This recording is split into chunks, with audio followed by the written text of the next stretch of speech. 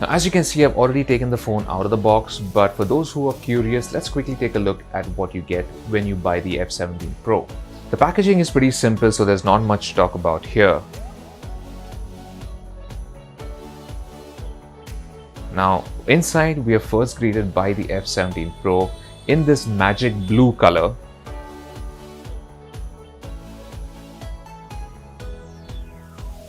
Now, digging in further, we have the usual accessories such as the SIM eject tool, there's a silicone case, a wired headset, and the 30-watt charger, and finally the USB cable. Okay, so now that we've gotten that out of the way, let's take a closer look at the phone itself. And the first thing that's really going to grab your attention, and at least it did mine, is how slim and light the phone is.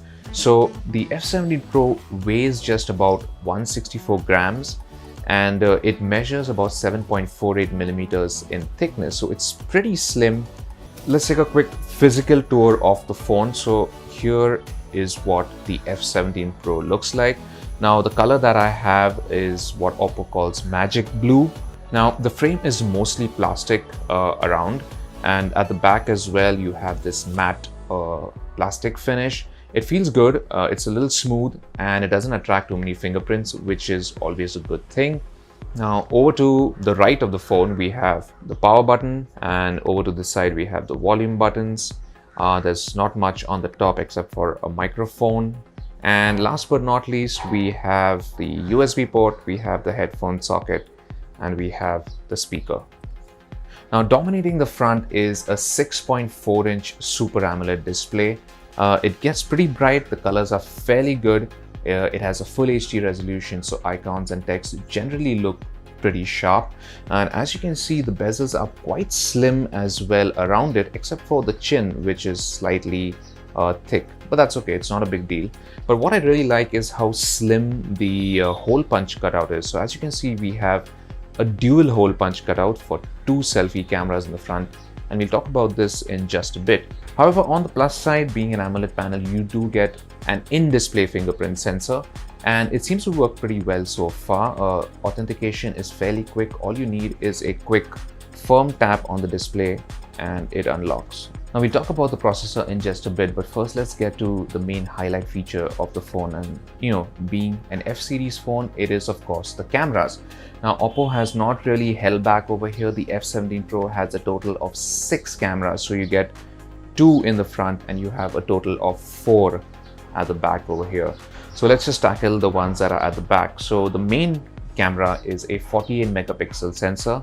One of the ones on the top over here, it has an aperture f1.8. The second one is an 8 megapixel ultra wide angle camera for those good landscape shots, if you just want to get more of the scene in the frame. The third and the fourth camera down below are 2 megapixel sensors. So one of the 2 megapixel sensor is a monochrome sensor, and from what I'm aware of, or based on my usage so far, it seems to work when you use one of the black and white filters in the camera app.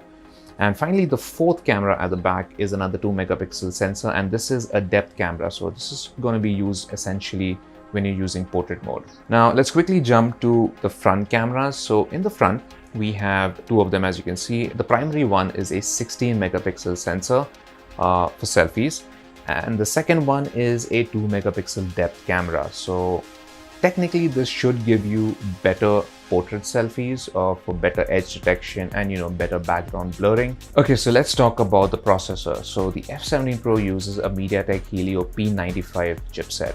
Now so far from what I've been using, the F17 Pro has performed pretty well. I mean, the OS is fairly snappy, things load quickly, and multitasking is fairly quick too. Now there's only one variant of the F17 Pro available in India, which has 8 GB of RAM and 128 GB of storage. However, you can expand this storage thanks to the micro SD card slot. There is a dedicated slot in the SIM tray for a micro SD card, and you can also have 2 SIMs simultaneously. Finally, the phone also supports fast charging, so you get a 4000 milliamp hour battery inside, and with support for 30-watt fast charging. Of course, the charger is bundled in the box as well.